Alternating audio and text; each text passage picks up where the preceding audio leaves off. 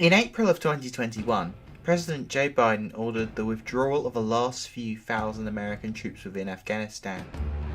And what followed was the rapid collapse of the Afghan government and military. So why? Why is the US about to leave Afghanistan when the Taliban had just captured Kabul? But most importantly, what will life be like for the average Afghan under Taliban rule?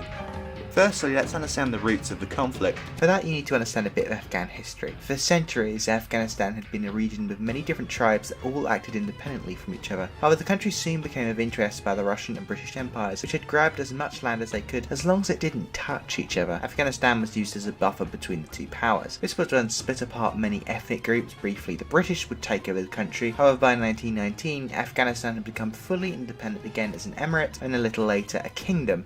Under their kings, the country would modernise and abolish many of the social structures of life. For example, women wouldn't have to wear head coverings, which was compulsory up until this point. This would cause tribal revolts from conservative tribes that despised these reforms, most notably in 1923, 1924 to 1925, 1928 to 1929, and revolts during World War II in the mid-1940s. However, up until 1973, it would remain relatively quiet. This would change, however, when the King of Afghanistan would go on a foreign trip to Italy to obtain laser eye surgery as he was getting older and apparently had poor eyesight. Back in Afghanistan, Mohammed Dund Khan, a former prime minister with the help of the military, staged a bloodless coup. The king then abdicates and decides to stay in Italy, leaving Khan to set up a republic. However, his oppressive and policies that many considered favourable to the Pashtun tribe people angered most Afghans, and in 1978 he'd be overthrown by a communist faction within the Afghan military with the support of the Soviet Union. This led to the rise of Nur Mohammad Taraki, a hardline communist. Taraki began to rapidly push communist reforms within the country. Land was now property of the state, so no private ownership, equal rights for both men and women. A strong centralised state alienated the many tribes that had lived contradictory to these rules for centuries,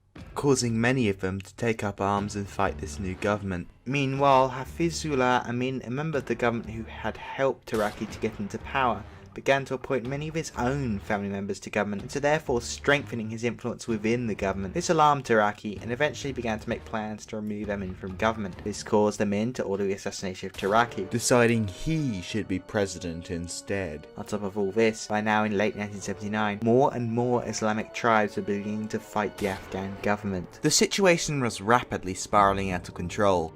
It was only a matter of time before the government in Kabul would be overthrown. Amin was clearly not a good choice in the Soviet eyes, and with Taraki's death, it now had much less influence within the country, as Amin was seen as very unstable and went against what the Soviets recommended numerous times. But even though they distrusted Amin and didn't want him as the president, this growing Islamic insurgency was becoming more and more of an issue, with this inspiring Islamic revolt in their parts of the country in the Muslim areas of the Soviet Union. And would Amin kill all the other loyal pro-Soviet politicians? So on Christmas Day 1979, the Soviets invaded Afghanistan, taking out the Afghan president and installing a more cooperative one. Secondly, they began to directly fight rebels, with their armies winning battle after battle against the insurgents. However, little did they know that thousands of Muslims from around the world would flock to Afghanistan, seeing it as a jihad or holy war.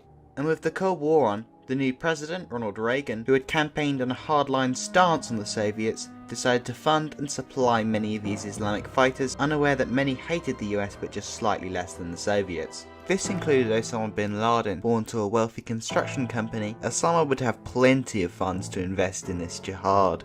He would head through Pakistan, which was also heavily encouraging him and other Muslim fighters to fight alongside them. Now, the war bogged down for the Soviet Union. It won practically all the battles of the conflict, but it was losing the overall war. This is because it struggled to locate and destroy insurgents in the various caves of Afghanistan. The terrain became an excellent hiding place, and even when they did locate an insurgent and seemed that they killed that insurgent, three tended to take his place, and so by 1985, a new leader would take over the Soviet Union.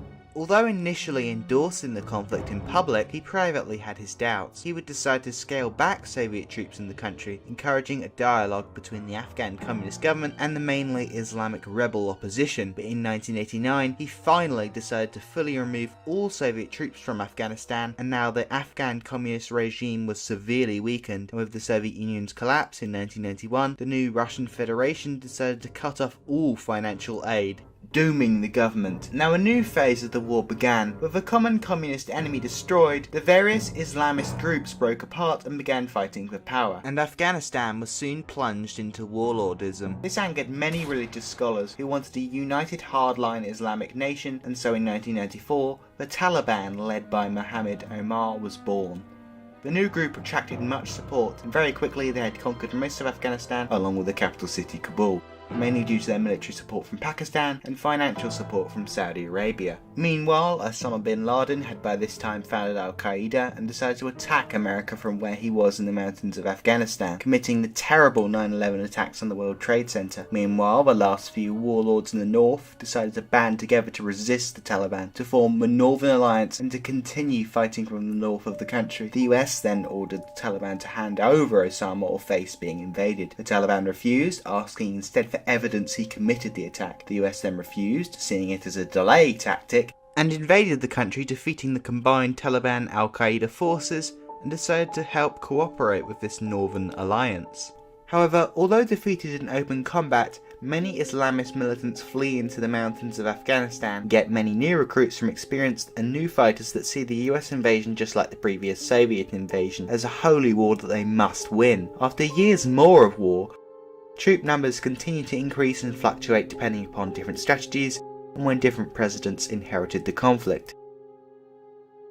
In 2011, Osama is killed in a raid, and after many more years of war, in 2020, President Donald Trump signs the Afghanistan deal, promising to leave the country by May 1st, 2021. However, after Biden takes office, he says it would take a few more months after that. So that's the war's context explained, but what will be the impact upon the US leaving? Well, firstly, women's rights. The Taliban initially believed that women shouldn't be educated or do most things without a man being present. Although recently they have set up girls' schools, recently trying to convince the world that they will compromise, they still have many hardline beliefs in women not being involved in politics. So would you believe in the democratic vote though? So would people be allowed to vote in women politicians?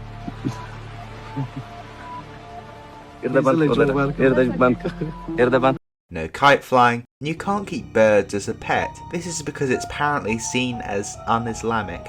Of course, this is only scratching the surface of the laws that they enforce, but under the previous government rule, all of this was allowed.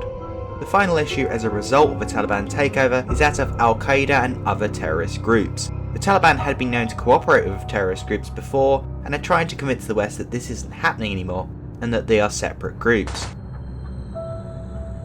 Back in the late 1990s, when the Taliban took over Afghanistan, the country became a haven for these Islamist terrorists, and so the West obviously want the Taliban not to shelter any terrorists from Al-Qaeda or any other terrorist organisation so they can't attack the US or any of their allies in the future. Like when this happened in the 1990s.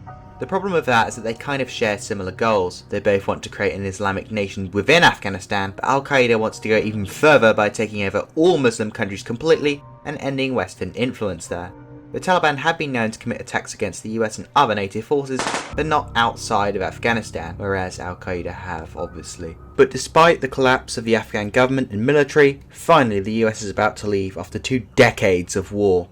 Although the US and UK are sending troops to the country again, this time it's not to try to revive the collapsed government, but in an effort to quickly evacuate the last remaining troops, and the many foreign civilians and the few Afghan citizens who cooperated with the coalition. I guess we shall see how the Taliban rule the country in the coming days. Will they stick to their promises, or will they return to their brutal reign of the 1990s?